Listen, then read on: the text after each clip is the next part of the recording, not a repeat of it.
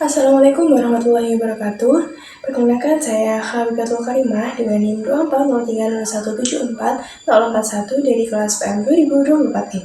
Jadi di sini kita akan membuktikan teorema 822 yang berbunyi, jika tiga garis memotong ruas-ruas kongruen pada sebelah transversal, maka semuanya memotong ruas-ruas kongruen pada sembarang transversal lainnya.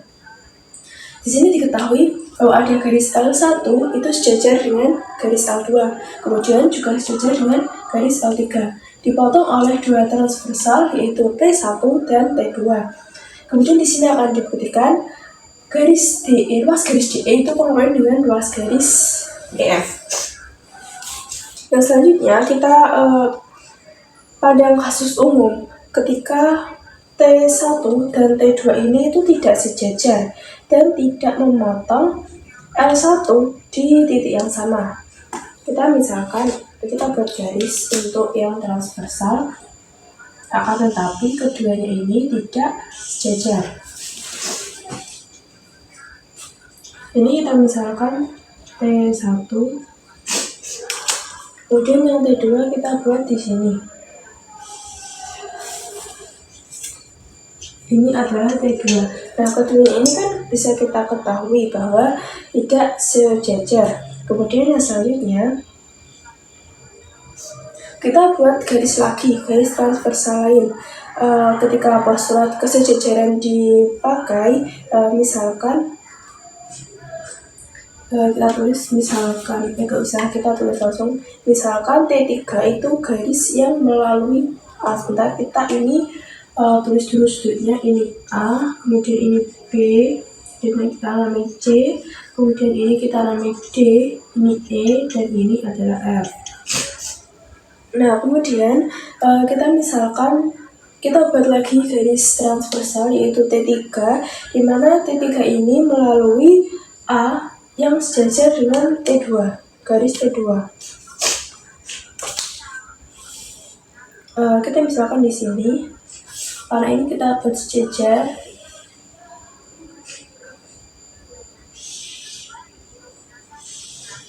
nah kita buat seperti ini. Nah, kemudian ini karena ada sudut lagi, kita beri nama G.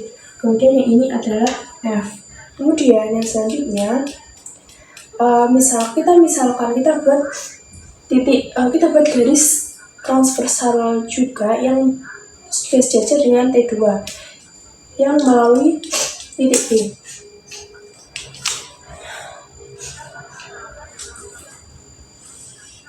Nah, seperti ini. Ini tadi T3, kemudian ini adalah T4. Karena ada titik lagi, kita kasih I. Ini H. Ini H, kemudian ini adalah I.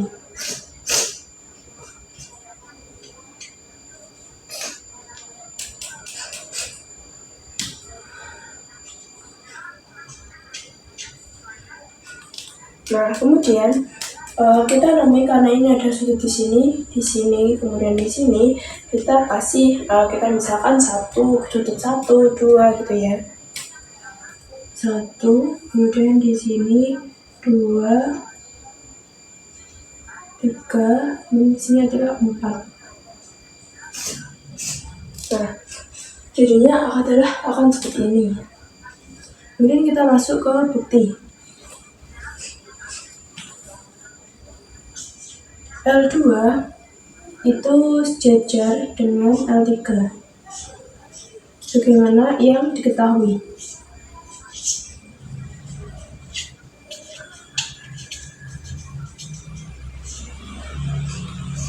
Nah, kemudian yang selanjutnya, sudut 2 ini itu akan sehadap dengan sudut 4 karena hadapnya sama.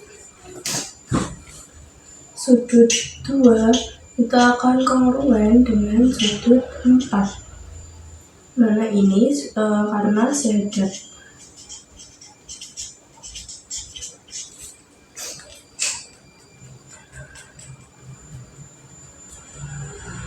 Oke, yang selanjutnya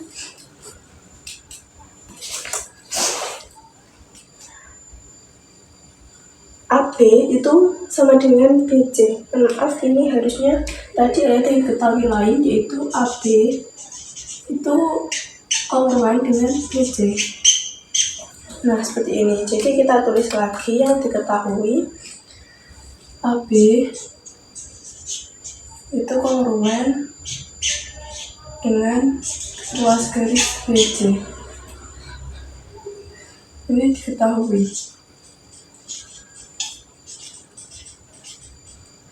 Nah, kemudian yang selanjutnya, tadi kan kita sudah membuat garis T3 dan T2, dan mana ini T3 ini tadi sejajar dengan T2.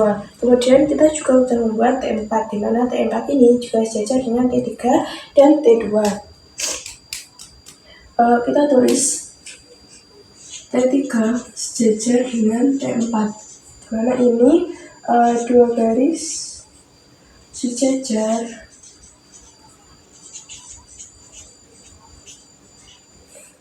dengan garis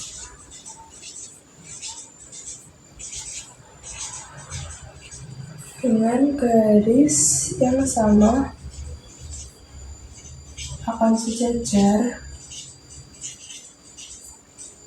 satu sama lain.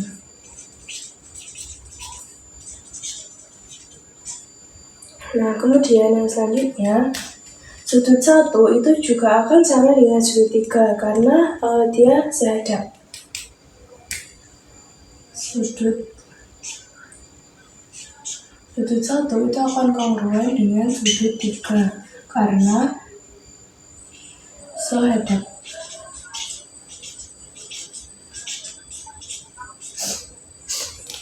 Nah, kemudian yang selanjutnya, maka segitiga ABG itu akan kongruen dengan segitiga PCI.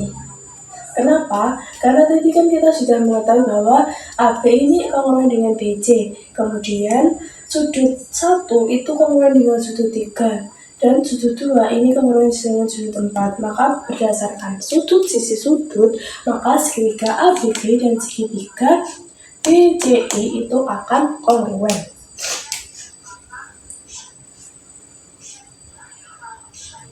Segitiga ABG akan kongruen dengan segitiga PCI menurut sisi sudut.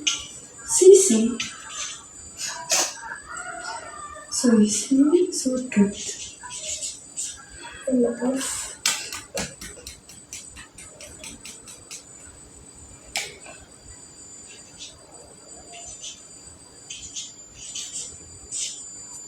Nah, kemudian yang selanjutnya, karena ini segitiga ini kongruen, maka AG itu juga akan kongruen dengan BI karena ini akibat dari segitiga kongruen. AG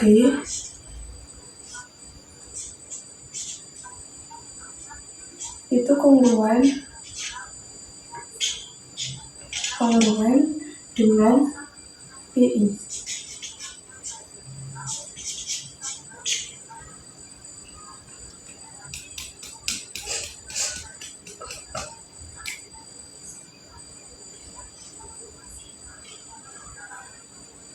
Akibat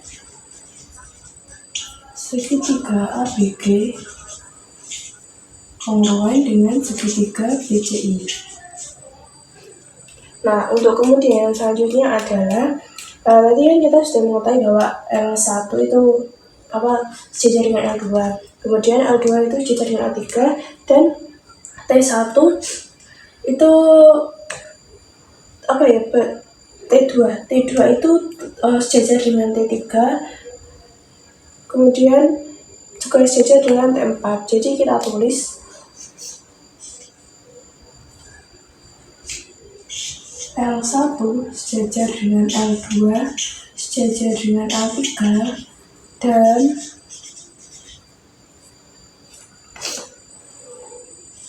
T2 itu sejajar dengan T3 dan juga sejajar dengan T4. Ini karena diketahui.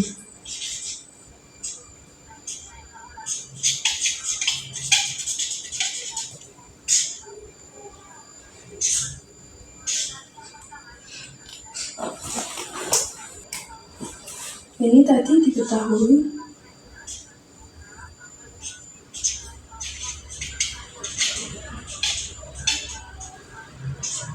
Nah, kemudian yang selanjutnya, segi 4 dari yang dibentuk dari A, G, E, D ini akan berbentuk jajar genjang, dan segitiga dan segi 4 B, I, F, E ini juga berbentuk jajar genjang, di mana ini sesuai dengan definisi jajar genjang ketika L1 ini kan untuk yang A, D, I, G atau A, G, E, D itu jajar genjang karena L1 ini itu sejajar dengan L2. Kemudian untuk T2 ini juga sejajar dengan T3. Kemudian yang selanjutnya ini sama karena L2 ini sejajar dengan L3, kemudian T2 ini sejajar dengan T3, maka A, G, E, D dan G dan B, I, F, E itu juga termasuk jajar genjang.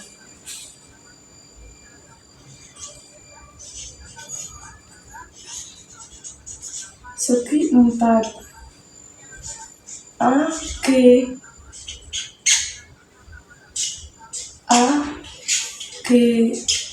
E, D dan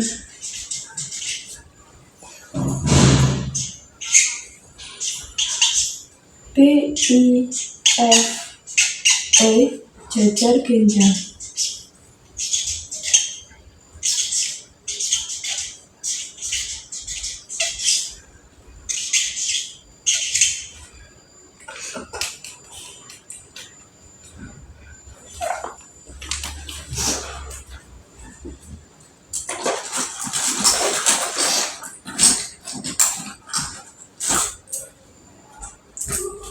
Oke, mohon maaf, kita dari bahan saja. Ini jajar genjang. Nah, kemudian yang selanjutnya, maka AG itu akan kongruen dengan DE, terus kemudian BI itu juga akan kongruen dengan EF.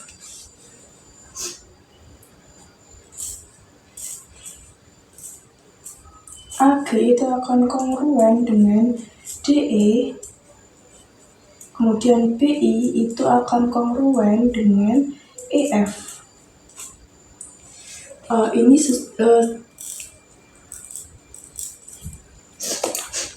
Ini karena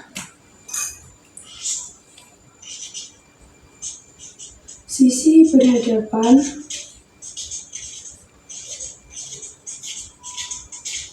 jajar genjang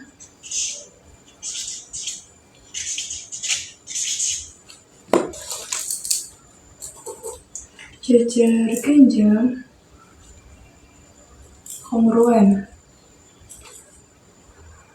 Nah, kemudian yang selanjutnya, karena sudah diketahui, maka DE itu akan kongruen dengan EF. Karena nanti kan sudah diketahui bahwa AG itu kongruen dengan DE, kemudian BI itu kongruen juga dengan EF. Oleh karena itu, DE itu akan kongruen dengan EF. Karena apa? Karena ini menurut kongruensi. Karena ini alasannya adalah kongruensi ruas garis transitif. Oke, baik, dari ini sudah dibuktikan bahwa ruas garis DE itu kongruen dengan ruas garis DF. Dengan demikian, maka teorema 822 ini terbukti benar, yaitu yang berbunyi jika tiga garis memotong ruas-ruas kongruen pada sebuah transversal, maka semuanya memotong ruas-ruas kongruen pada 9 transversal lainnya. Sekian pembuktian teorema 8.22 dari saya, kurang lebihnya saya mohon maaf yang sebesar-besarnya. Wassalamualaikum warahmatullahi wabarakatuh.